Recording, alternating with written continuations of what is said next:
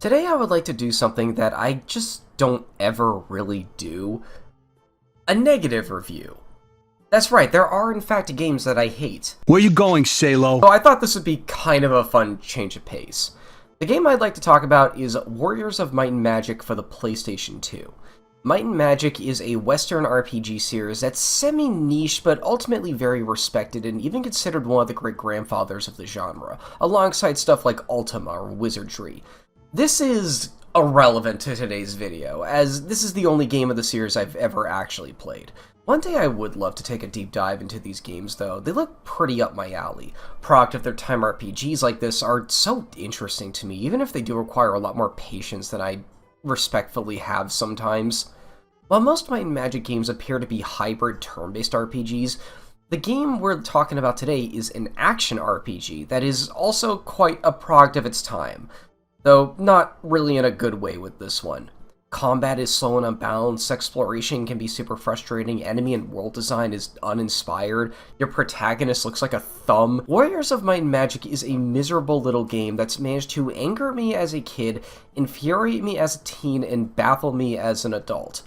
Yeah, I had this game when I was a kid. Here's my original copy, which I still own to this day. No, I will not destroy it in a comical way at the end of this video, like a lot of reviews of bad games do. Nowadays, I do find myself being able to enjoy it almost as a guilty pleasure sort of way, especially when I can show it to friends, but that doesn't invalidate my struggles with it growing up, and the fact that I often cite it as the worst game I've ever played. Welcome to my review of Warriors of Might and Magic. I hope you enjoy. The game opens with a pre-rendered cutscene that, I'm gonna be honest, actually leaves a pretty strong first impression, with a really good-looking pre-rendered cinematic for the time. I think it's worth noting that this is a particularly early PS2 game, releasing in early 2001, sandwiched between Final Fantasy IX and Warcraft 3, which are random games I know, but they're commonly praised for having really impressive CG cutscenes, which is why I'm using them as an example here. And those are huge budget games too, like this seriously doesn't look that much worse, it's genuinely impressive to me. This intro cutscene does a pretty good job of establishing what's going on too. In the land of Arden, not to be confused with Adust, a land racked by war and witchcraft. You play as Alaron, a former captain of the guard who was accused of practicing necromancy. He's then forced to wear this creepy parasite that latches onto his head like a mask. Honestly, the concept behind this thing right here might be one of my favorite things about this game, actually. It's such a dark fantasy concept that makes for a striking, unique character design when it's actually put on Alaron. You look at this box art and you wonder what the heck is going on with this thing. Why is it so fleshy and digging into its skin? Like, it's a nice hook. The mask is given to him both as a punishment and to protect him from darkness. So I guess this thing is what the Organization 13 coats are made from. We see a lady and then we get dropped into our first level. The Pit of the Accused. Pokemon Red? Yeah. Pretty sure it fell in the hole. What hole? Arceus! And here's what the game looks like. God, even by early PS2 standards, this is crusty as hell. We start by running around, grabbing our first weapon, as well as our first spell. Hey, sound aficionados in the audience, tell me if this sounds familiar. This is Fireball. It is not a funny reindeer, but instead a fireball spell. A pretty basic projectile, low MP cost, and a quick cast animation, balanced by pretty low damage. It's gonna quickly get outclassed as soon as you start finding stronger spells and weapons, but there are a lot of early game enemies that are weak to fire. At this point in the game, it'll easily do over half health to most anything that isn't a mini-boss, making for a pretty balanced and handy early game spell. B tier. Oh yeah, I'm also making a tier list for all the spells. There's 23 of them in total, and they scale wildly in terms of functionality and usefulness, so I thought it'd be a fun way to visualize that.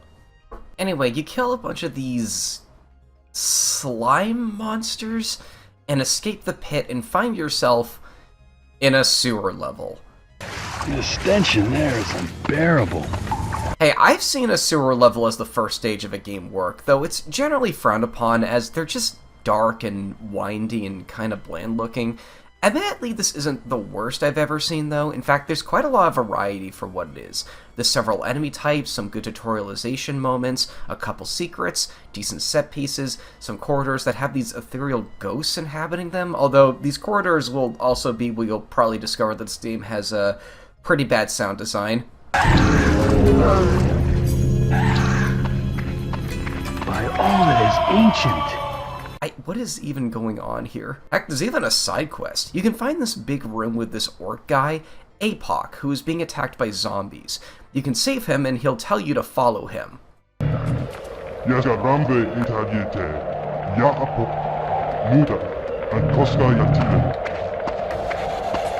mean, after you, buddy. You also get attacked on the way to where he wants to take you for an ambush encounter.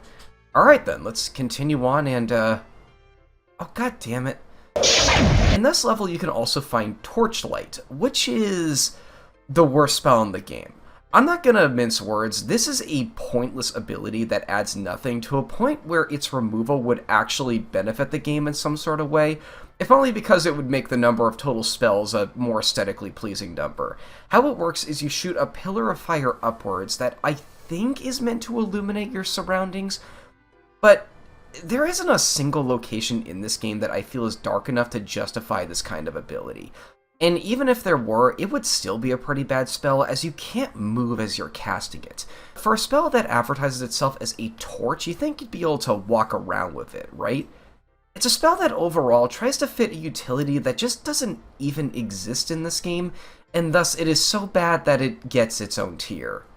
Another spell you can obtain this level is Bless, which actually is useful, though not much. It's a buff spell, basically, increasing your attack and defense. This sounds pretty good, especially this early in the game, but the degree it increases your stats feels negligible, and it's generally outclassed by just any of your projectile spells, because you can just do more damage on the spot using those. I mean, I swear, by the time you set up this buff and go back and forth enough with an enemy long enough for the damage this thing increases your stats by to matter, you could have just... My favorite use for it is against this mini-boss, because I swear I can nearly one-hit kill you otherwise, but it still isn't great. C tier. Your ultimate goal for this level is to flip this switch guarded by said mini-boss, which will open this gate and lead to our second level. Walking correctly, here is my spider house.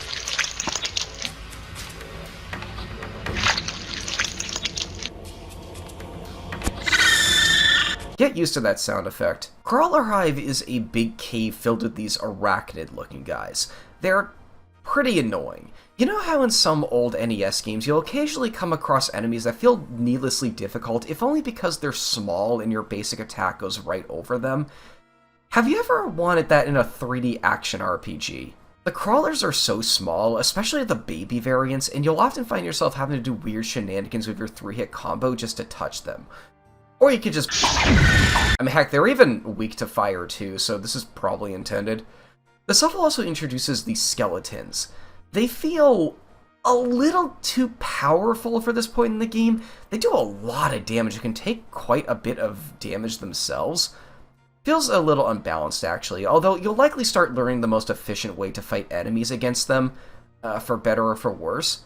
There's also this section right here. You can find this hidden room that tells you about this other room with an execution device in it, hooked up to 2 switches with a skeleton on the chopping block.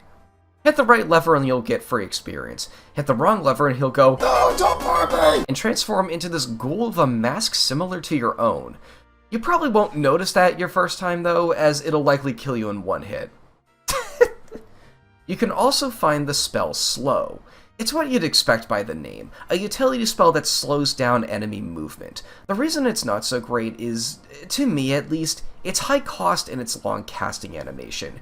You really need to be quite far away from an enemy in order to cast it before they can run up to you and get a free hit in or two, before the effect of it actually, slows it down. It's tough to find ways for it to be super helpful, but it definitely has some uses. The best in my opinion being against specifically big enemies with no ranged options, and who are also not weak to fireball. Yeah, it's niche. C tier again. The Hive itself is kind of windy, but your ultimate goal here is to find a key, and then take it to this floor door at the end of this giant cave complex. You can then fall down this whirlpool and onto stage 3. Mines. It's way. Why are we in the dead mines? There's no dead people, and it's not mine! We find ourselves in a glowy cavern full of orcs who aren't too happy with us being here. For a cave level, it has a pretty interesting color palette. Generally a mossy green with vibrant water, and any of that generic brown you'd expect from a cave like this are reserved for the man-made, orc-made structures that serve as outposts for whatever they're mining in here. The orcs themselves are fire elemented, so they aren't weak to fireball. This stage and the next one, for that matter, are probably the two best places to use Bless and Slow. I like some of the secrets too. They require you to think a little outside the box and will make you realize that there's a little more to this level than you might expect at first. There's even a little stealth section, which doesn't work, but it's a little novel. The orcs have captured a few of those big slime guys from stage 1, and if they see you, they'll release them. But if you can release them first, they'll fight for you instead. APOC even makes a return. Never change APOC. Before you leave the level, you can find this cool water scimitar, which is really useful against the orcs. This is also our first example of an elemented weapon. They work how you'd expect. They do extra damage to enemies weak to their element and less damage to enemies which resist. Typically, it's nice to have one weapon of each element, because by the end of the game, you're going to find yourself shuffling between your arsenal a lot, as elemental damage is pretty darn important in this game. This door right here is the end of the stage, and honest to God, that wasn't a half-bad level.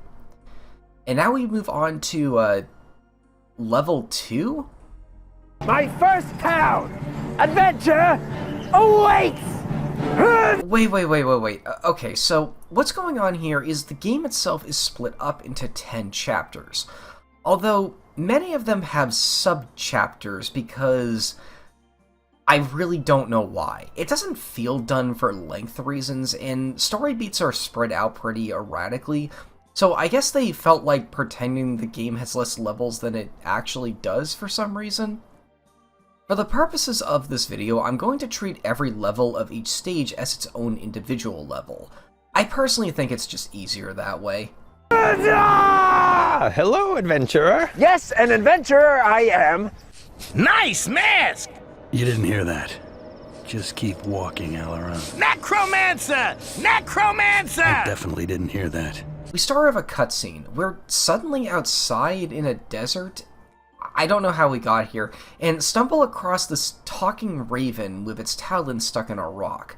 They never explain how he got here, and I kind of love the audacity of that. I don't know, maybe he annoyed a geomancer with his voice. Get me out of this rock! The raven seems to know a bit about our predicament and offers to bring us to a guy who might be able to remove our mask. Seems an ordinary rock dissolve potion should get you out of your predicament. Ah, of course, why didn't I think of that? Also, this right here might be the best joke in the game. I'll see what I can find. Wait here and... Never mind. I'll be right back. It is so dumb. This level was the first major roadblock for me as a kid, and why I could never get that far when I first originally played it. And the reason why is because of its scope. This establishing shot tells you all you need to know. The village of Draklor is this massive barren valley inhabited almost entirely by those orc monsters from the last level. To give a feeling of just how big this is, while previous levels took around 20 minutes to complete, my recording for this one took about an hour. It's not the longest level in the game, but it certainly feels it, especially if you don't know what you're doing. The map feels scattered and aimless, with tons of these bridges and caves that take you all over the place for what amounts to an antagonizingly confusing level. This stage is also where you'll probably realize just how bad the battle system is too.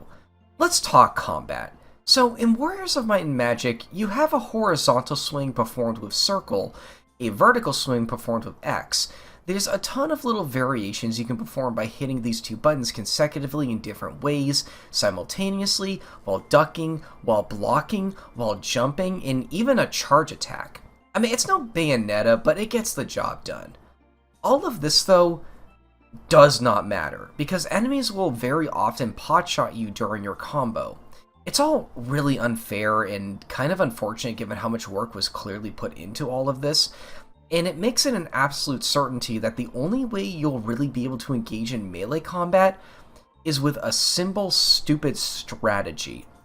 Hold your block button, which makes you invincible to just about everything, wait for an enemy to hit you, and then cheap shot that enemy between their attacks.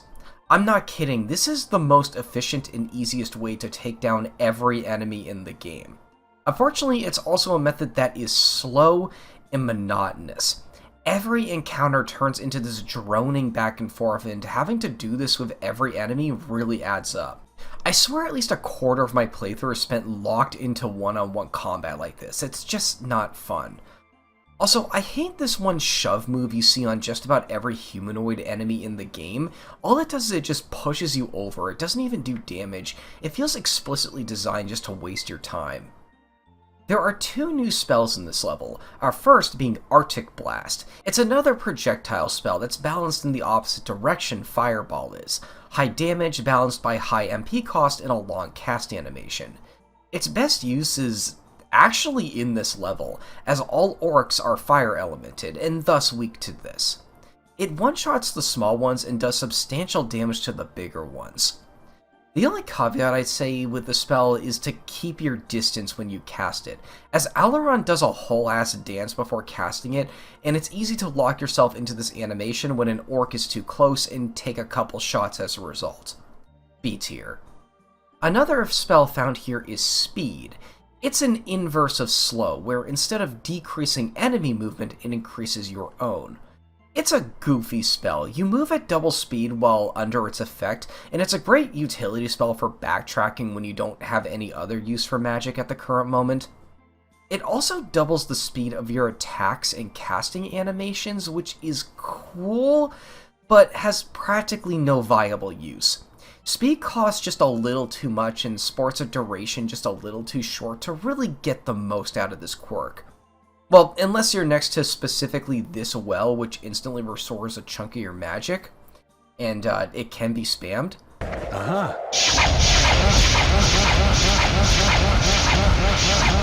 B tier for this one. Would easily be an A tier though if it costed less and lasted a little bit longer. If you go to the back of the valley, you can find this ogre lady with a trio of side quests for you. Save her husband, kill the ogre chieftain, and then you're finally awarded with a key that opens a door and leads to this giant treasure room. This is totally worth going for, as just about every weapon you can find up to this point is located here, on top of a brand new weapon, the Troll Burner. Raid as much as you can, and then finally we can start heading towards the end of this. Somewhere in this level, like, that is genuinely the most descriptive I can be. God, this stage is way too maze-like. You'll eventually find this cave that has some new enemies in it, these earth-elemented guys with large shoulders. This room at the end of the cave is so weird to me. There's a broken bridge, so you have to jump into the water to cross, but the water hurts you for some reason. I don't know how you would do this area without taking damage, but on the other side is that rock dissolve potion, just sitting there, and picking it up instantly ends the level. Ugh. I will say, there is some novelty to the stage. About an hour of cramped, dank, moldy locations followed immediately by something so open-ended and expansive leaves a strong impression. It might also have my favorite music in the game.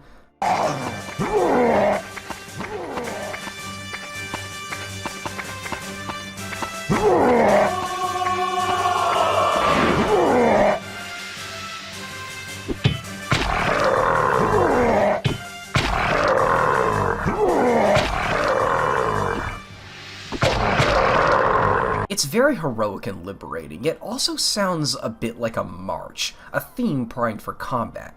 You're free in a sense, but the adventure is far from over. It thematically fits this point in the story well. I can't say a lot of the music in this game is very notable. In fact, a lot of it is just kinda droning dark fantasy slop, but there are a few particular tracks I do really enjoy. But with that said, let's move on to stage 5. I insist. No, please. After you. I'll do it. Don't touch that. Okay, bird. Oh my god, that liquid effect. So how do I get to this monastery, Carlin? The raven's name is Carlin. I find this part weird. You want to take this path through the Canyon? Canyon. Why do you say it like that? It's filled with blood-sucking B-A-T-S.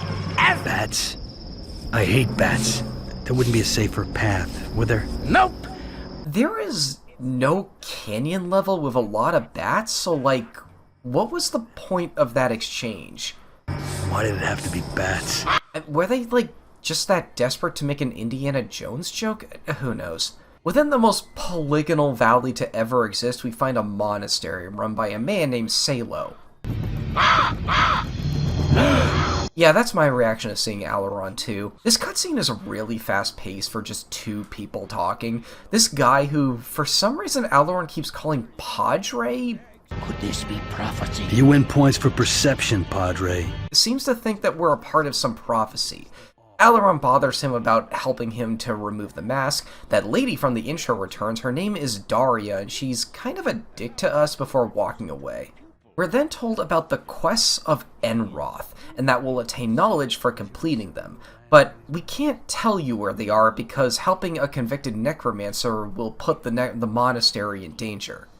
Anyway, here's a map. Go nuts. If I can be honest, this stage does feel a bit like a filler level. There are important story beats, but they're either taking place off-screen or in random books that could have been found elsewhere. This level is a lot funnier, actually, if you imagine Salo just sent Alaron on some bumfuck mission to buy time while he mulls over if he really wants to help him or not. Anyway, the Enroth Quest is the longest level in the game, taking about 80 minutes when, again, I know what I'm doing. Although, unlike some other missions, I don't actually mind the length here. A big reason being is that it is a massive level that knows how to respectfully use its size. For one, there's more visual variety, as it does more stuff with its enemies than just spamming them. The level is split up into 3 sub-levels that aren't counted as their own stage by my metric, like other sub-levels. I'm gonna be honest, this stage is another big reason why I think it's just easier to count the levels how I do. I think the biggest reason I count all of these as a single level is because you're actually going in between them a lot, almost like an adventure game. The level is made up of one big central area and 2 side chambers where you find a red gem and a green gem. Both of these chambers have completely different layouts and challenges, and sport different color palettes too. Each one also has their ye olde pool. It also tries platforming from time to time. Okay, the platform in this game is absolute garbage. I'm not kidding when I say that this game is going to make you want to save before every jump above a bottomless pit because it's actually that unresponsive and stiff. But, I don't know man, it's something interesting. There's also a good variety in the enemies. You got these gargoyles which are extra weak to physical damage, and these golems which are extra weak to magical damage. Well, okay, so that's not a huge variety, but the game does some interesting stuff with them. Each one of the chambers is sort of based around one of these 2 enemies. In a way, I feel the 2 extremes of enemies here is supposed to get you into the habit of swapping between weapons and spells frequently. On your directional pad, you can hold up to see all of your currently held weapons, left for all of your potions, and right for your spells. And you can browse through all of these items you have on hand by using the right analog stick. And then by releasing the D-pad, you sort of equip that selected item you just were last held on when you unheld the button. What does down do, you may ask? It makes you drink your currently selected potion with a very funny drinking animation you're gonna want to find ways to cancel later. This system is hard to wrap your head around, but actually feels pretty intuitive once you get used to it. It feels like a slower, clunkier version of Kingdom Hearts' command menu in a way, where you're expected to min-max through all of your items and abilities on the fly. Although, the game pauses when you do it here though, which is probably a blessing to be perfectly honest. There are also, oh god, 7 spells in this stage. Again, this is a big stage with a lot of variety. Let's run through them real quick. Fear scares enemies away. Honestly, I kinda hate it. Scary enemies is one of those abilities that just never is as cool as it sounds. It makes them unpredictable as they run around terrified, and honestly, that effect wears off quickly, and I'd rather enemies not scatter about in a game where combat is hard enough. C tier. Charm. Okay, if you want to alter the enemy's AIs, this is a much better way to do it, as it causes them to attack each other, effectively immobilizing one enemy while distracting another. First A tier spell, it's simply awesome. Stone Skin. It's fine, it raises your defense by quite a lot, but I don't know. There are other buff spells that increase defense, given not by much, but it's not like there are any strategies in this game where taking damage benefits you in some sort of way. Like, there's no spells that do more damage the less health you have, and thus min-maxing yourself to low health is efficient, you know, for example. But it does have a lot of uses, and if you find yourself, like, flubbing up a lot in combat, it is quite useful. I guess I'll put it in B tier. Tremor. Our first area of effect spell. It causes an earthquake that damages all units around you. You get some good use out of this one in this level, as the gargoyles are weak to it, and they're often attacking you in groups, but is almost never used past this part of the game. Still good though. B tier. Shards. It's like Fireball and Arctic Blast, but Earth elemented. I like its animation. Fragments of magic Earth represented as these white streaks of light is pretty ominous, though at the end of the day it is just another projectile spell. B tier. Ring of Fire. It's what you'd expect, another AoE spell, but fire elemented. Love how this one looks. Lots of stuff that's weak to fire too in this game. A tier. And finally, Cure Wounds. Cure Wounds is our first spell in the so broken it changes how you play the game tier. It is a self-heal spell that, for a chunk of your MP, Aileron does a little T-pose and you heal a substantial amount of your own health. The reason it's broken is because it takes a mechanic that the game had something interesting going with, its potion management, and throws all of that out the window. I'd actually like to talk about potions in depth later, but what you need to know for now is that the game up to this point feels very deliberate with how many health potion it gives the player at any given time. None of that matters anymore though, as your MP bar is essentially now a secondary health meter, of which even naturally regenerates on its own, which in most levels from here on will encourage a toxic gameplay loop where you kill one or two enemies and then sit in a corner waiting for your MP to recharge, heal, and then continue on. I have mixed feelings on it, but I guess anything that makes this game easier to get through is a positive. Once you have both gems, you can go into this final chamber where on the way, you'll get a cutscene. Daria is back, and it turns out she's in cahoots with that robed purple guy from the intro. I think I forgot to mention this, but he's simply named the Inquisitor. She talks as if she expected Aileron to die and is pretty upset about it. She clearly wants this guy dead, and the purple guy acquiesces by sending more mercenaries to kill him. Why is he helping her? Who knows, but she needs his help as he mentions that it is forbidden for her to kill Aileron herself. Interesting. Something kind of funny about this cutscene is that you can actually activate it at any point. You just need to pass through this hallway right here, so it's easy to get jump scared by this scene without realizing why you're suddenly seeing it.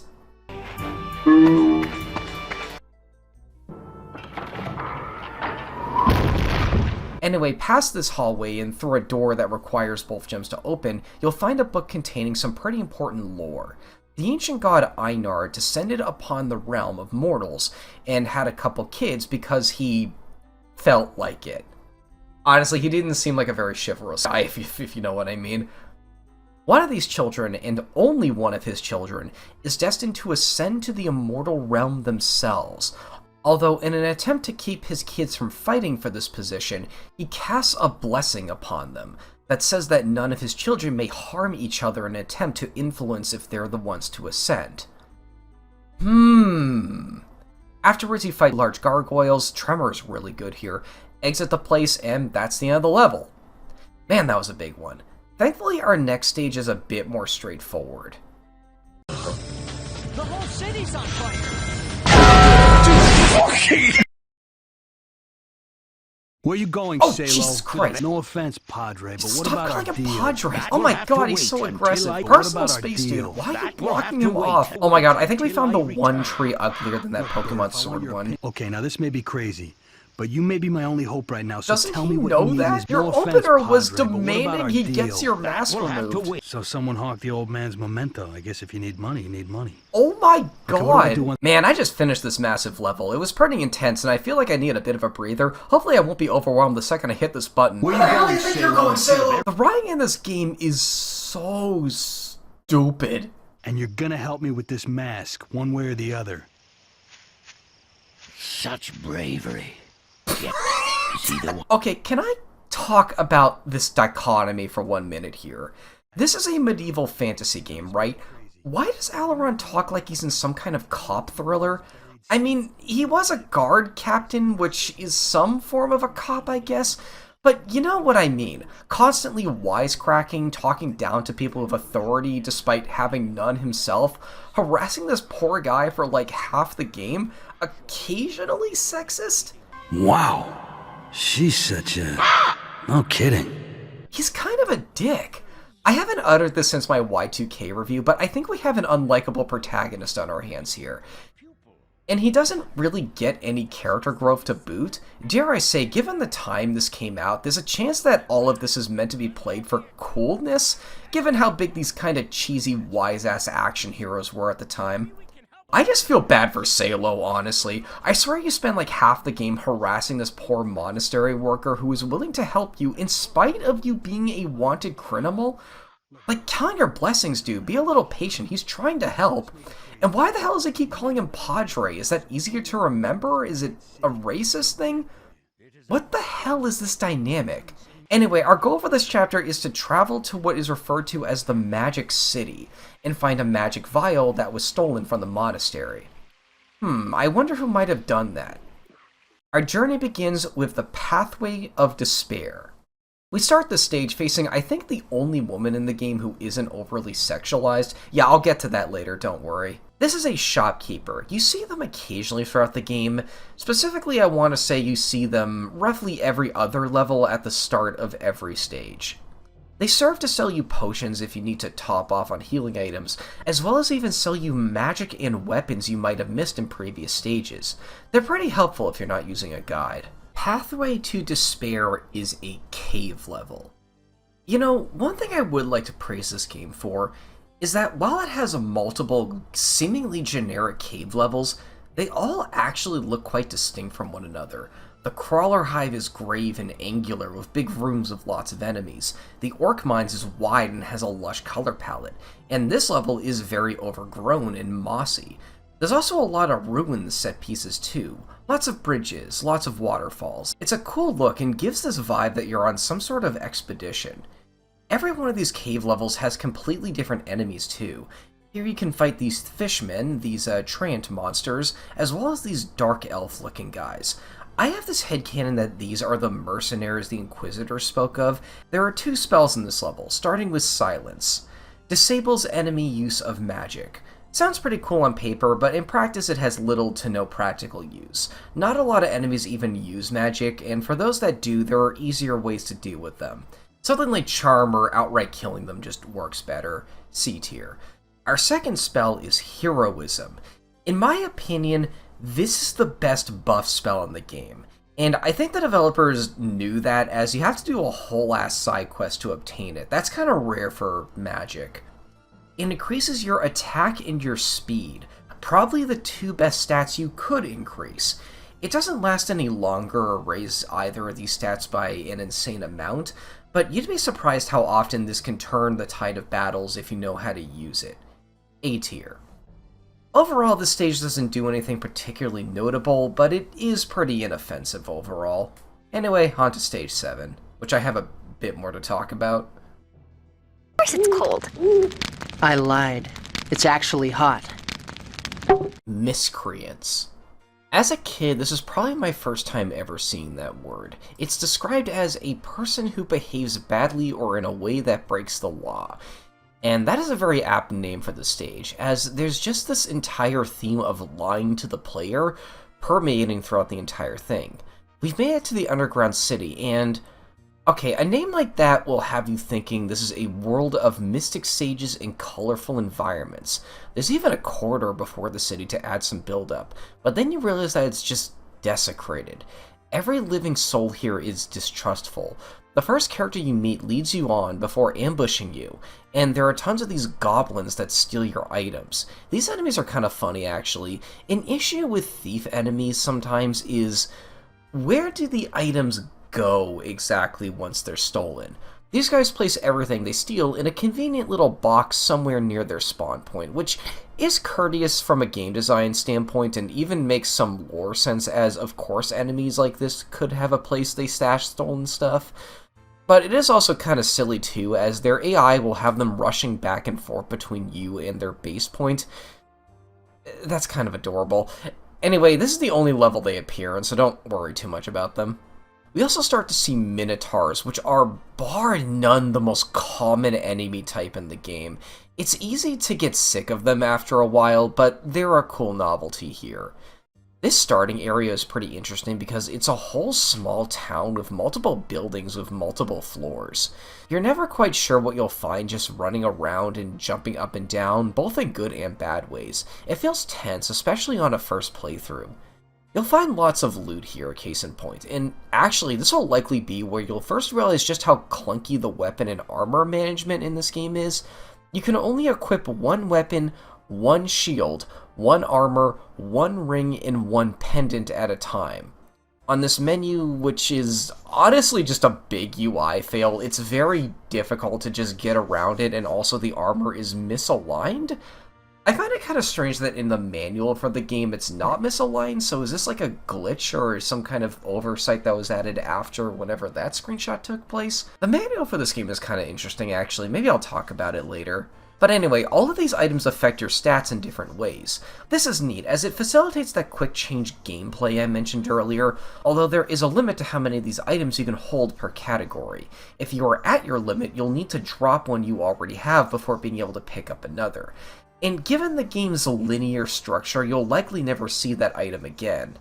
The process of checking your stuff for the least useful one to drop, and the process of dropping itself is pretty clunky, but it is pretty well balanced as a system, as it forces you to cycle your equipment constantly as you get progressively better and better stuff. It also helps as there's really never a best armor or a best weapon, just ones that are best for different situations, typically in the form of being best suited to exploit elemental damage.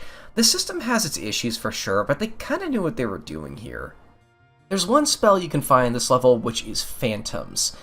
It's fine. It summons a bunch of ghosts that attack the targeted enemy. It looks cool, but gets outclassed by something we find in the very next level.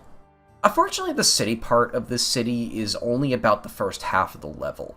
Past that, it becomes yet another cave level, which the way this one stands out is by having a lot of mine and shrine-like architecture. We can also find our first undead enemies since the first level too.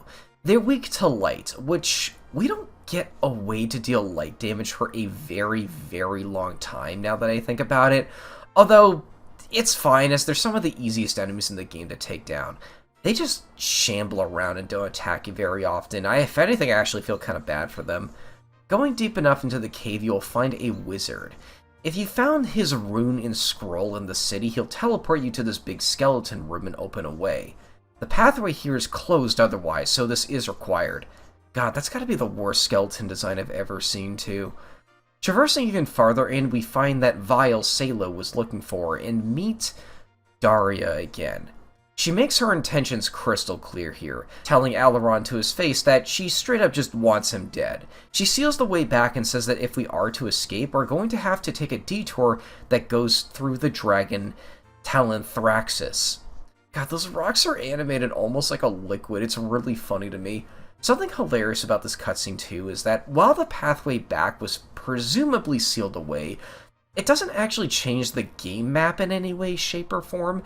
As soon as the cutscene is over, you can just swivel the camera and walk all the way back to the city if you wanna. You can't go back to Salo this way, but it's quite the testament to the quality control here. One more corridor, and we're on to Stage 8.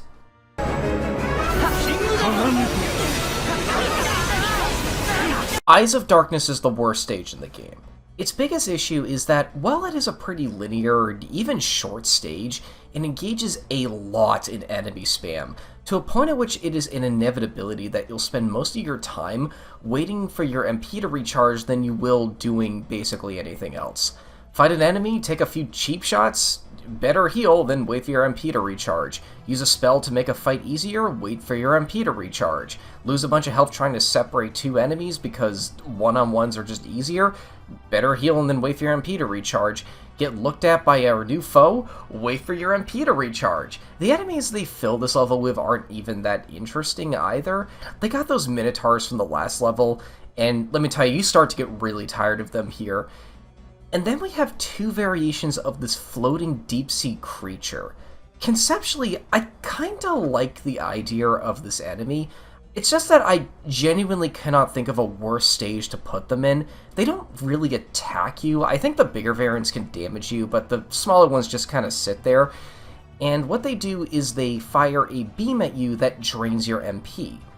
Honestly, there's a lot of ways an enemy like this could work. If you have a challenge you'd like the player to try without magic, place these out of range along the room. If you're a really clever designer, maybe there could be a secret way to get up to them, serving multiple dynamic ways to approach a challenge. You don't really get any of that here. If there's a space, they place one down with no rhyme or reason. There is this one point near the end of the stage where it feels like they're trying to do something like this, but it just doesn't work given the architecture. Speaking of questionable placements, there are two spells in this level, and they are right next to each other. Lightning, which is another projectile spell, just in time too, because the Minotaurs are actually weak to it. It gets beat here like all the rest of them. The second one is Ice Shield. Genuinely, I don't know what this spell does, because I always forget I have it by the time we find enemies with fire magic. Heck, let's test it right now.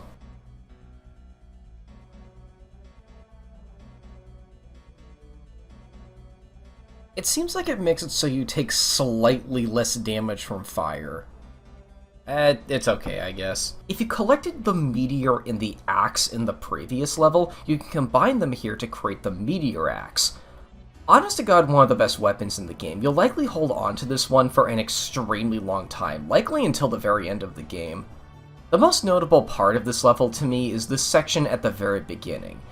That looks visceral. That is an amazing set piece. It's not as hard as it looks, but it's without a doubt one of the most striking visuals in the entire game even. It kind of reminds me of that spinny tunnel at the Ripley's Believe It or Not Museum, which is something I'm bringing up only so I can show off this two-headed cow plush I got from it when my family took a trip to Canada. Dude, this thing is my kind of weird. I absolutely love it. But yeah, Stage 8 sucks. I don't even have much to say about it compared to other levels. It's just monotonously bad. Okay, you can open your eyes now. Whoa. You brought me to Liminal Land? This is the best level in the game. Yeah, the worst level and the best level are straight up back to back, and this is a maze level too, no less. Not something you'd expect to be necessarily fun, but they somehow pull it off.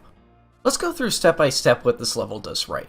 First most, set pieces. This may be a maze, but there's a lot of weird architecture and structures that make navigating it feel more like an interesting puzzle than an actual annoyance. The level starts you really high up, overlooking the first half of the entire thing, so it's a great way to get your bearings before entering. I have a theory that they would have shown you the whole thing if it weren't for draw distance. Dare I say, taking a couple pictures from up here might help you a lot in the long run. Once you're in the maze though, everything from the little hills, the different floorings, the massive lamps, the cool castle, the ghost room, the garden area, there's a million opportunities to make little mental checkpoints of where you are and where stuff you need to backtrack to was. Secondly, they give you a little coyote friend. How cool is that? I think this is the only level to give you any sort of companion or party member equivalent, and he makes traversal through this place much easier. It's hard to explain, but he does a lot of small things that add up to fixing countless small, numerous issues I have with this game as a whole. Many of which probably weren't even intended, and it makes me wish more levels had companions like this. For example, he'll fight enemies alongside you. And Just having another body to spread out the damage enemies deal makes combat a lot more bearable and fun. It gives you more breathing room to play around with your other combat options for once. You get to experiment, as opposed to just doing the droning back and forth issue I was talking about earlier. It's so cool. Unfortunately, this is the only level you can use him in, and he'll likely die before you finish the stage, but he's a cool glimpse into something more dynamic this game could have been. Definitely one of the top game dogs right here. Wait. Thirdly, there's good intrigue in the world building. You find this hallway of people trapped in the walls that actually scared me a bit when I first played this. A lot of random set pieces just make me curious to what this place is exactly. A personal headcanon is that this is the Magic City itself. The town of Miscreants didn't really feel magical in any way.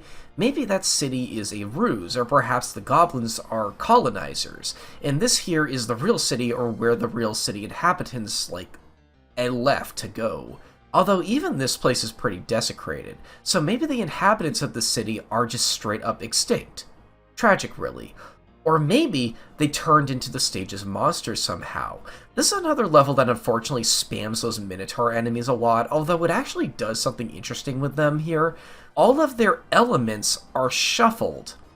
I think this is a good time to talk about a super cool UI thing this game does that I don't think I've ever seen in any other game. Okay, so you can lock onto enemies to make combat with them easier. Pretty typical for an action game. But there's this cool detail where the color of the circle that appears beneath an enemy you're locked onto actually tells you the element of that enemy. Green is earth, red is fire, light blue is wind, dark blue is water, and black is dark. How have I never seen something like this before? It's such a simple yet elegant way to portray very important information. I feel this level is trying to get you into the habit of really paying attention to enemy weaknesses, which, okay, this is pretty late into the game to tutorialize something like that, but it does so pretty well. Weirdly, despite the level's size being nearly an hour long, there are actually no spells to obtain. In fact, spells in general become a lot more scarce past this point. Remember that there are 23 spells in the game, and we're currently at 18. They kind of frontline a lot of them, probably so you can play around with them more sooner, which is honestly just fun design. Honestly, this stage kind of rules. It's a pretty awesome diamond in the rough. I always believed in you, Spyro! You gotta believe! This stage is a single boss fight that lasts about 5 minutes, and it counts as an entire chapter by the game's standards. Meanwhile, the previous 4 levels, which takes up this one node right next to it, took me about 2.5 hours when you add up all the time those 4 levels took me. Again, I completely disregard this method of classifying the levels.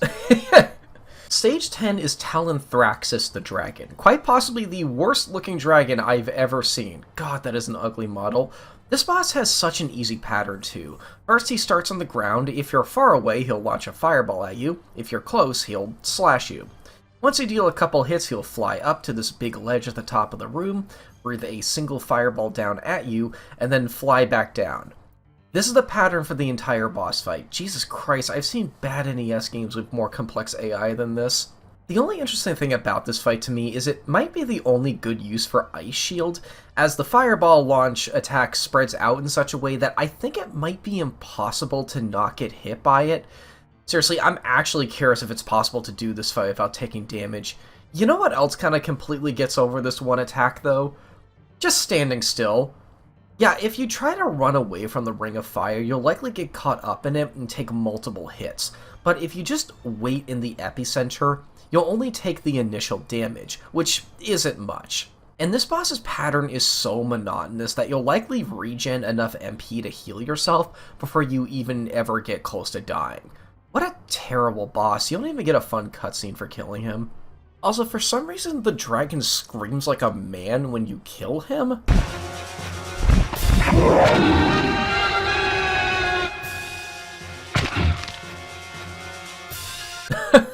Also, I haven't really mentioned this yet either, but whenever you level up in this game, the game does this really funny, camera spin around both you and, whatever you got your level up off of. It's not a bad effect, honestly, but it can get caught up in the level geometry in funny ways. Whatever, let's just move on. Great.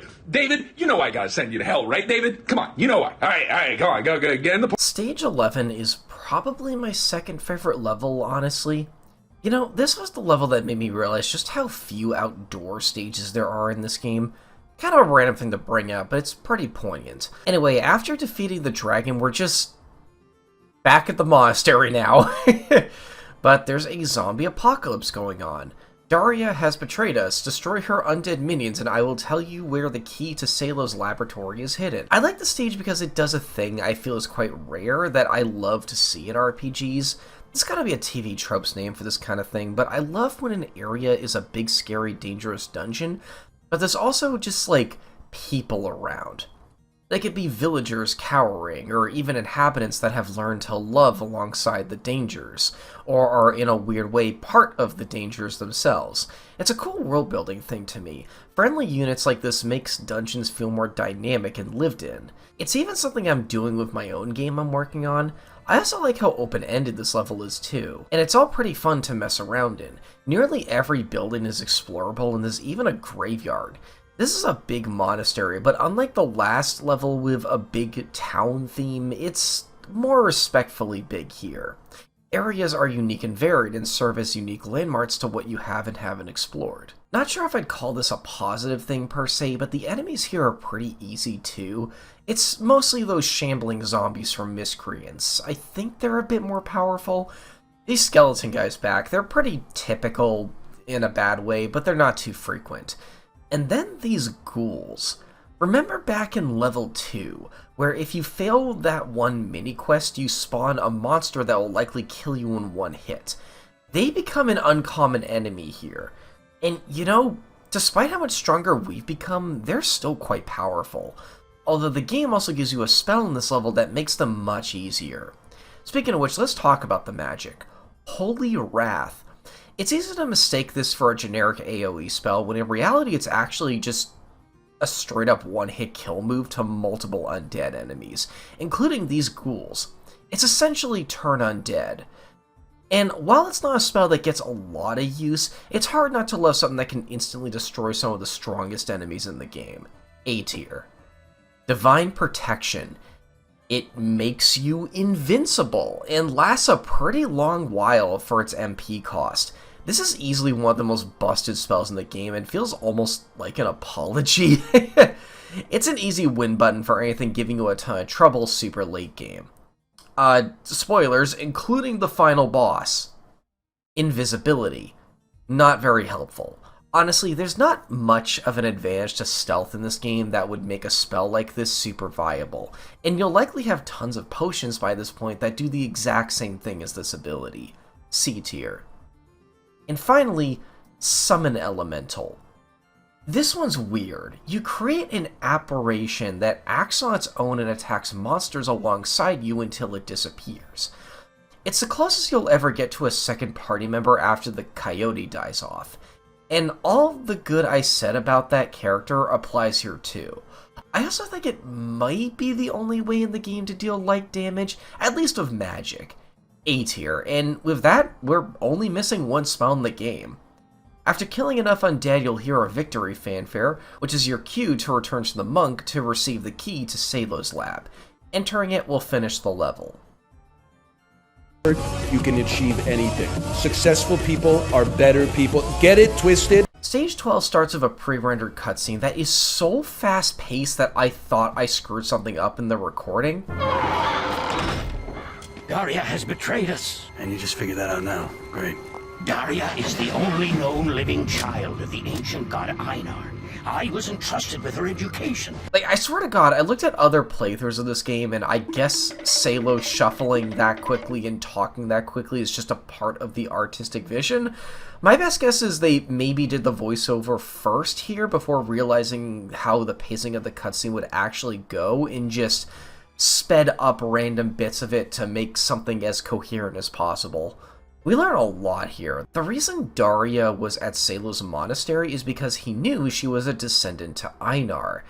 and he was tasked with preparing her to ascend, which failed when she began to practice necromancy, so now she's barred from doing so. Weird that this didn't get her convicted the same way it did for us.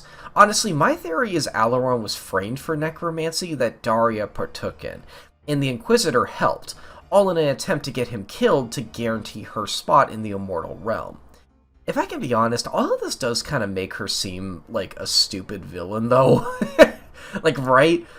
The prophecy states that only one child can ascend, but it doesn't say that the other must die first, right? And I'd imagine the gods would pick the most pious of the two, you know?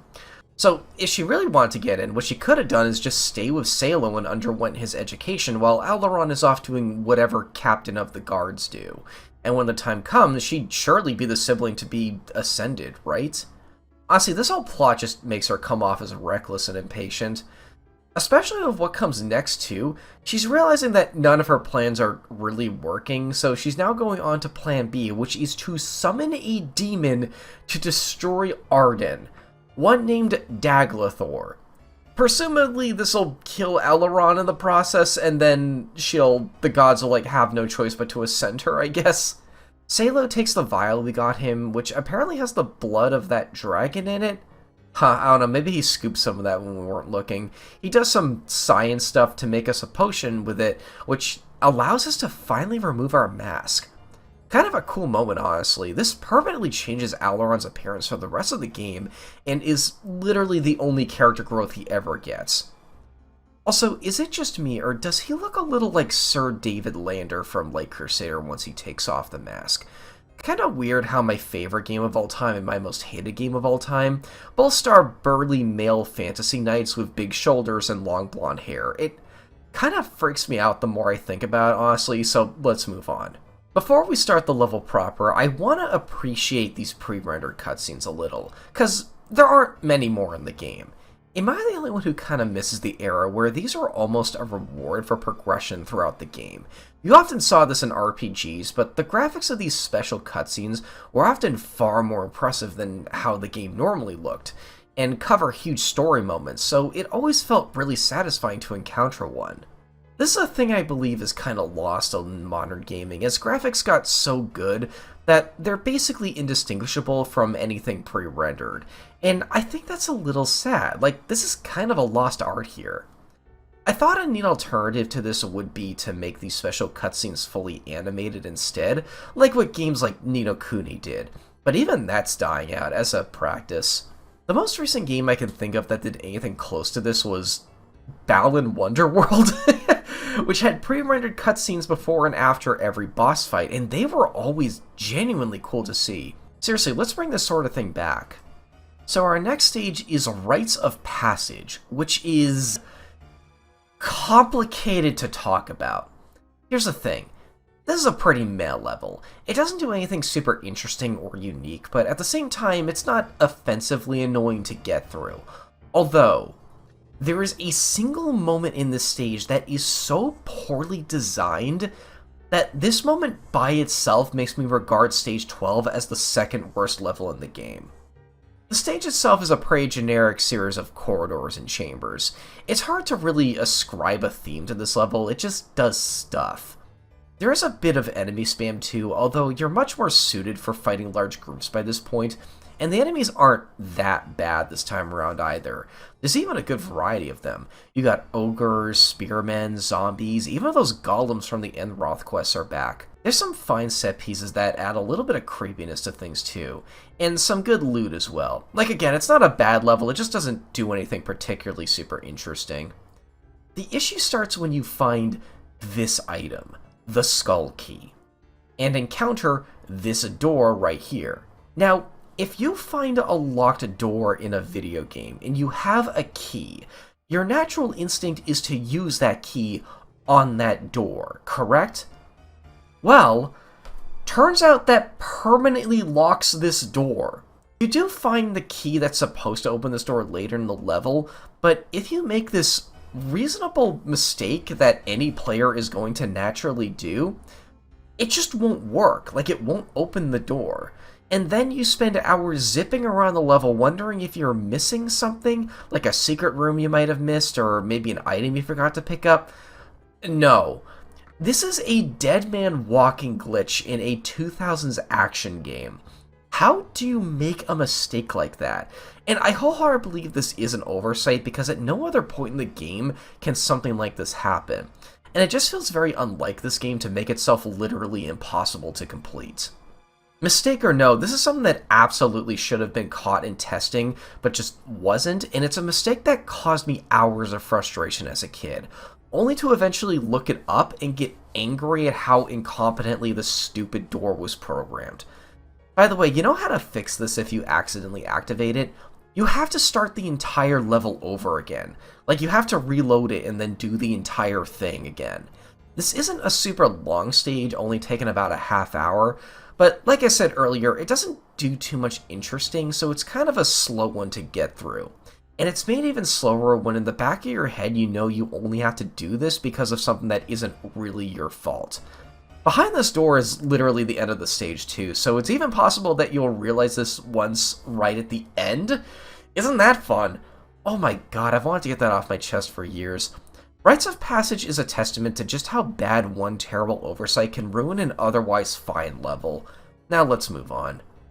To create a wild mineral water that grabs life by the conkers and... Through the Volcano starts with you being yelled at. If I can be honest, this is probably the most forgettable level in the game. It's another cave, although unlike a lot of the cave stages in this game, this one isn't too unique or do anything interesting visually. It has a red palette as you'd expect from a volcano level, but it doesn't have like anything else you'd associate with volcanoes. It's not even any lava. And it just leads to a stage that feels like a bad kind of filler with very little redeeming to talk about. At least it's not that long. There are two things I would consider of interest in this level, though. Also, hi, have you guys seen my Fursona yet? I commissioned art of him for Maki-Tak because I got inspired by a few other YouTubers to try this heavily edited PNG tuber thing.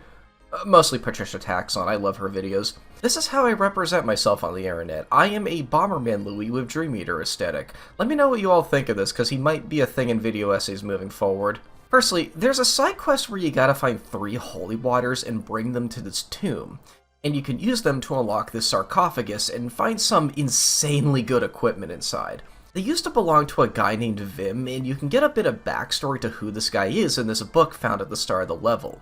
And in that same room is probably the most creative puzzle in the game. Look at this. This is kind of a cool visual, right? What are these paintings all about? Well, in the last stage, you can find this creepy fresco of a maiden set up in a way that you need to align yourself properly to see the full illustration. It's kind of a cool moment. And sections of that painting are what the sides of the room represent, and you have to remember the details of the original painting in order to solve the puzzle. So like, what was the maiden wearing around her neck? A ribbon, a rose amulet, a crystal amulet, or a brooch? If you remember and pick the correct option on all 4 sides of the wall, you can then proceed. I feel I would hate this puzzle if there was some kind of serious punishment for failing this, but picking any wrong options just spawns enemies, so you can just complete this through brute force if you just didn't register that you were supposed to pay attention to that fresco. This is a cool moment, seriously, it's pretty memorable. Unlike the rest of the level itself. His name backwards is Satan. Am I crazy, or are these levels getting a little random? Like, the last story beat was Salo sending us on our way to stop Daglathor and the summoning therein, so we get sent to an underground tunnel, presumably under the monastery and presumably where Daria ran off to as well. Okay, fair enough. But then the very next stage we're in a volcano? What? Is this still underneath the monastery? And now we're at some secret underground place of worship, complete with demons, succubi, and a whole society of men and women everywhere. Who are these people? Do they worship Daglathor? Was there a scroll explaining this that I missed somewhere? This is another level that's pretty frustrating, as it has you waiting around for minutes on end for your MP to restore. Mostly because of the enemies. There's a bit of enemy spawn, but the spammed enemies in question really shouldn't give you much trouble at this point. The real problem is 3 single enemies that by themselves are huge issues. The first are the succubi. They're notable for having ranged magic that they love picking you off from a distance. The second are these hulking demons. These guys just do a lot of damage and have a lot of health as well. Made even worse by them being one of few dark elemented monsters that you'll likely won't have something handy as a weakness against them. Aside from summon elemental, but even that can be a little unreliable. And they can pull out a surprise fire projectile that makes it kinda hard to do that typical melee strategy too. You'll often have to retreat mid-fight against them to heal up, like they're pretty brutal. The third and worst enemy are the Hellhounds. They're quite fast, and 2 have projectiles, but when they're really close is when they're at their worst. Remember in Stage 2 when I criticized the small spider enemies for being hard to hit due to how small they are? That applies with these guys too. You need to get into a good rhythm to hit these guys during their own attack animations when the hitboxes just line up well. The timing is really picky.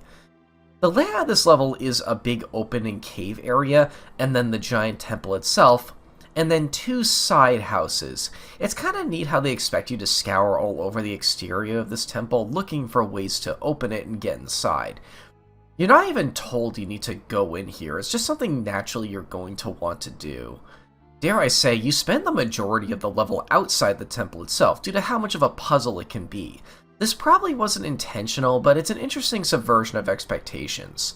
There is this big side quest in this level that the game hypes up involving some priests and a thief that I honestly was never able to figure out. A big reason why being explained pretty well on the guide I've been using my whole playthrough. The 6th quest does not appear to be consistently capable of being completed. Wow, what a great game! As you approach the end of the stage, you trigger a cutscene where Daria shows up again. We get a visual on what happens if one tries to directly attack the other. And she completely spells out that they're related if it hasn't been obvious enough up to this point. Strike away all you like, little brother. It will only injure you, not me. What do you mean, brother? Yes, my brother. She also drops this frustrating line. And were it not for the prophecy of Enroth, I would have finished you off myself years ago. Salo, the prophecy. Instead, I relied upon second-rate assassins.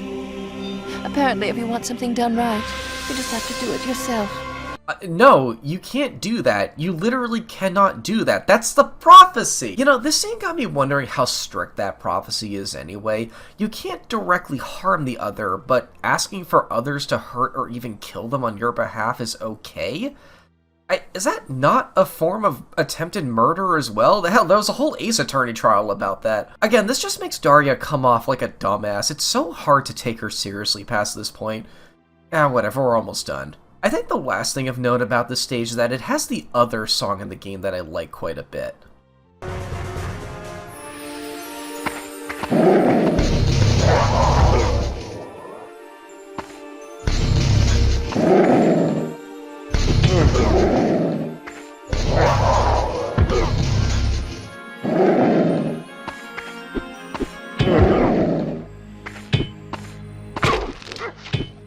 It's majestic and fits this level vibe of feeling mysterious, yet you can tell there's something deeply sacrilegiously evil going on here. This theme is also used in the next stage, and it fits that level pretty appropriately too. Anyway, on to stage 15.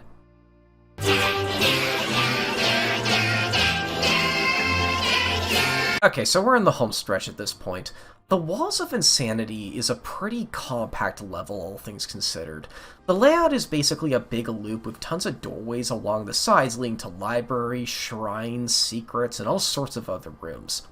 It's not a bad stage, honestly, although I do find myself wondering again what the purpose of the secret underground religious populace is. They sure know how to make a place fancy, though, I will say that. It's got, like, big ornate carpets, like, bookshelves all over the place. It's got paintings and statues. It's a level that weirdly sticks in my mind a lot. I don't have a lot to say about this stage, though, although there are a couple rooms that are a little notable. You have this chapel room with a bowl of gold on its stage that if you take from, it summons these extremely powerful succubi recolors. The guide advises against doing this, though, and I can kind of see why. The stage is also the location of the final spell in the game, Snap Freeze. It goes in the top category. I kind of like this spell, honestly, because it is busted, but it feels appropriately busted for how late you find it. It freezes enemy movements. They can't attack you, they can't move, but they can still take full damage, and it lasts for quite a while too. And as far as I can tell, it works on practically every enemy in the game. Between this and the invincibility spell, there's basically nothing in the game that should give you trouble anymore, at least when it comes to the enemies. The stage is also home to probably one of the weirdest Easter eggs I've ever seen. At one point you can find this key, and where you use it isn't on a door, but on this random indent in a wall. You'll then find this ominous light that if you walk into it, it takes you to a bathroom. A giant one at that, with army men all over the place. You know, those little plastic war toys that are probably most well known for being in Toy Story. Okay, so I didn't realize this for the longest time, but apparently there are Army Men video games. I have never played these, although they're apparently developed by the same company that made this game, 3DO. Oh yeah, I don't think I've mentioned that at this point either. Did you know that 3DO made more than just that one console you've probably never played? They make games as well, and they have pretty middle-of-the-road reviews, so yeah, whatever. Well, I guess that explains why this Easter egg is here, but there's still something just weirdly uncomfortable about this room. It's a huge room, and I keep expecting these guys to come alive and attack me. There's only one item in here too, and it has nothing to do with army men. Notable too that this is the only point in this level you go anywhere in the walls, like the level name suggests. I don't know. It's a harmless enough, if incredibly unsettling part of the game. Anyway, traveling down this corridor takes us to our penultimate level.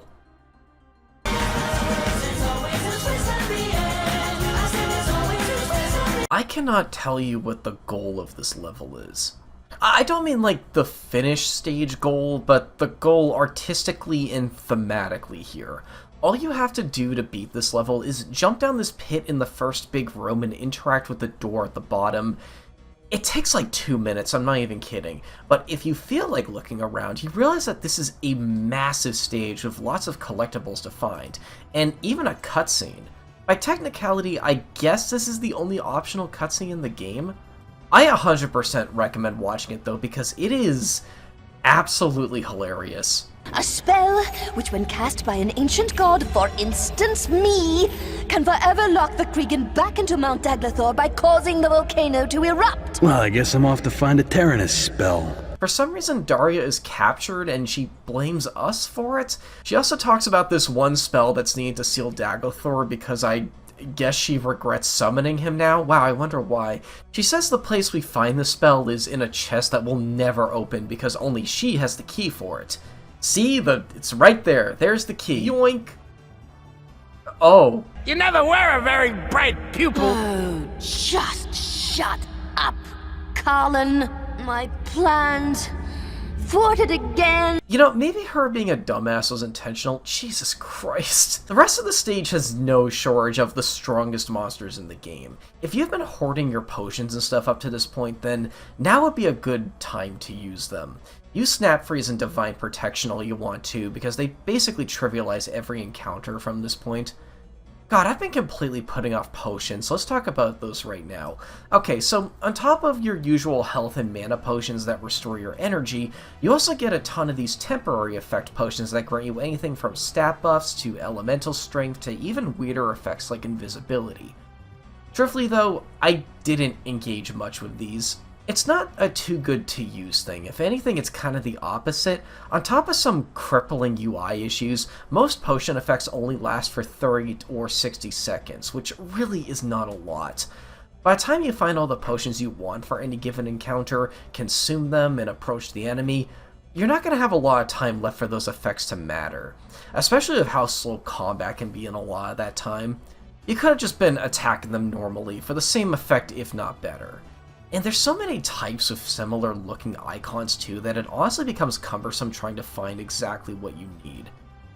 This is a bit more bearable with your magic because they all have diverse, distinct icons you'll never confuse for each other. Like seriously, these little spell icons are actually really well designed, but all of the potions are just vials with only some minor consideration to how they're sorted or color-coded. I find some of their descriptions confusing too. Air Enhancement Potion. What exactly does that do? Does it raise my resistance to air? Does it make my attack air elemented? Does it increase the damage of my air abilities? If it does that include both air magic and air attacks? By how much? It's a lot of important information that you can't just hand wave away with the single word enhancement. But the game does. It's just frustrating. I'd love to engage with the system more, but it takes more patience and guesswork than I feel is really worth it. At least the healing potions are pretty straightforward. The stage actually does have some pretty memorable set pieces to it, but there's so little reason to do it at all that I can't help but recommend just exploring it until you get bored of all the enemies. You get teleported around quite a lot too in the stage, so if you just wander around, you'll eventually find yourself back at that big room with the exit no matter which direction you go. Very strange structure for the penultimate stage of the game. I guess the idea is it's supposed to be a place to grab the final preparations you'll need for the final boss, but to be honest, we've had that ever since the second we picked up Divine Protection, and enough MP potions to upkeep it for the entirety of Daglathor's health. That spell Daria was talking about isn't even located here either. It's in the next level, which, thinking about it, might be a pretty big beginner's trap in that it'll trick the player into exploring this entire level for no reason. It's pretty bad design, actually, when I think about it that way, but, whatever. Let's do this. If we can find a handle for the crank, we could crank open the window and swim inside. With our massive shield that covers our whole body, let's begin the final level. Oh yeah, listen to that epic music.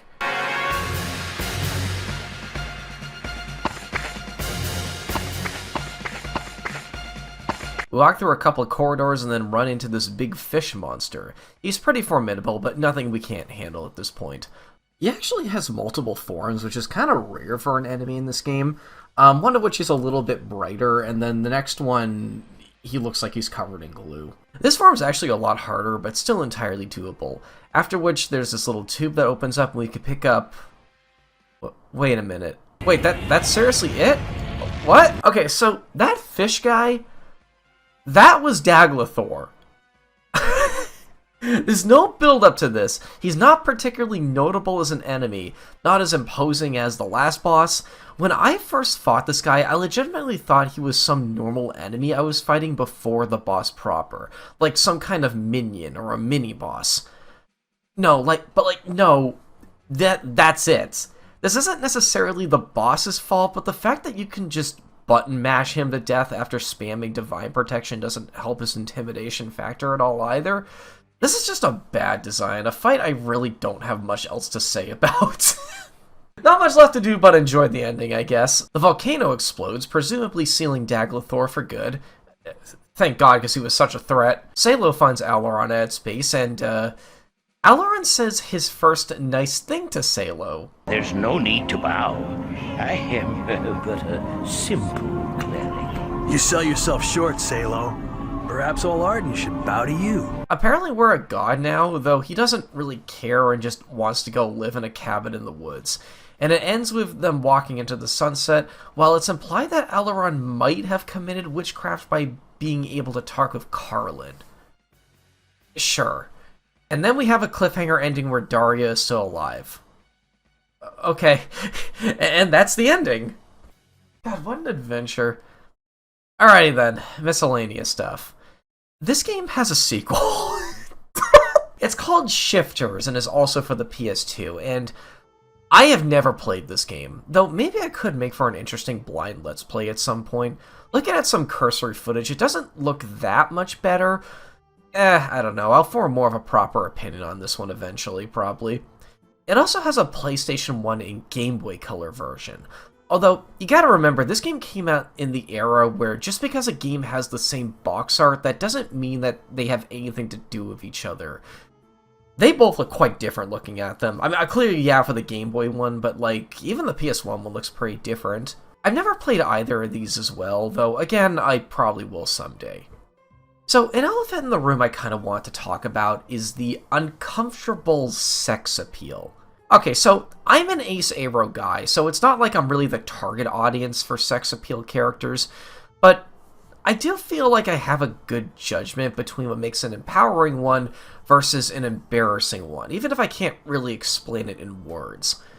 Daria makes me uncomfortable. Her design feels skeezy, and the ways the camera gravitates around her feels objectifying. It's not in a fun, empowering way like, say, something like Bayonetta. Oh my god! Oh god! So the camera loves Bayonetta, and Bayonetta loves the camera. Daria's more of a sexist caricature, designed as nothing more than eye candy for the player. It's also especially uncomfortable how she even maintains her teasy, provocative personality towards Alaron, because, you know, there's blood relation here. I don't know why, but dark fantasy, especially around this era, has a knack for including characters like this. I love the aesthetical genre of dark fantasy a ton, but I swear I just always wince a lot when I see the inevitable sexy character of the game.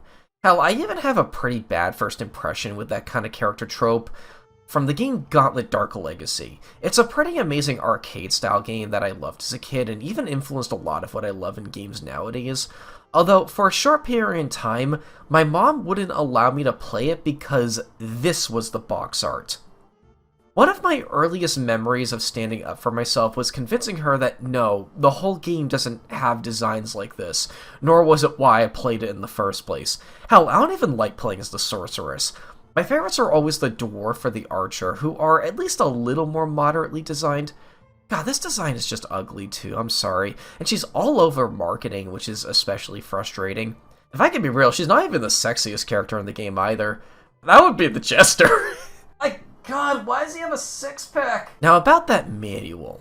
The manual is kind of funny to me actually, because while it looks dense and impressive, it has a habit of doing that thing you did in school where, to hit a word deadline, you would stretch out sentences as much as possible. The carved blue line on the right side of your screen indicates how much mana you have. Each time you cast a spell, the blue line gets a little shorter, showing the decrease in your available mana. If you have insufficient mana, you cannot cast a spell until you get more mana. Different spells consume different amounts of mana, so be careful what spells you cast and how often you cast them. That whole paragraph just to say that the game has an MP meter. Like, the whole thing is written like this. The most interesting part of the manual is right at the end, actually. Like, right here, where it gives a bit of cool world building that you won't see in the game. For as prevalent as they are in the plot, people who practice necromancy are actually quite rare in this universe, and those that do, more often than not, do so not to raise the dead or to take over the world, but for research purposes, to understand the afterlife better. Honestly, that is actually quite cool. You could probably make a whole short novel out of that concept. It's also funny how Alaron and Daria appear on every page. You just can't escape these two. This game's trailer is insane as well. Like, seriously, look it up. It is so silly. Anything else? Oh, while scrubbing through footage, I found this CinemaSins ding moment where at the beginning of the Stage 5 cutscene, you can see Alaron right in front of Carlin before the cutscene fades in. He zips back to where he should be, and then he walks on screen. At the start of the Stage 12 cutscene, you can also see two black dots below Carlin that look like animation errors. I could go on, I really could, but I think you'll get the gist at this point. Warriors of Might and Magic is a game with some interesting ideas, but most of which are executed very poorly in a way that left quite an impression on me as a kid. I've come to terms of how much this game frustrated me back then, but my god, I still love to talk about it. And that's my analysis. Thank you to all my Patreon supporters, Royalblot, Sean, Trevor, Firestrike, and Great Wolf. Oh yeah, new end slate too, let me know what you all think of this. And thank you all for watching. Please give this video a like or a share if you enjoyed it, it definitely helps the channel, and I will see you all later. Thanks for watching.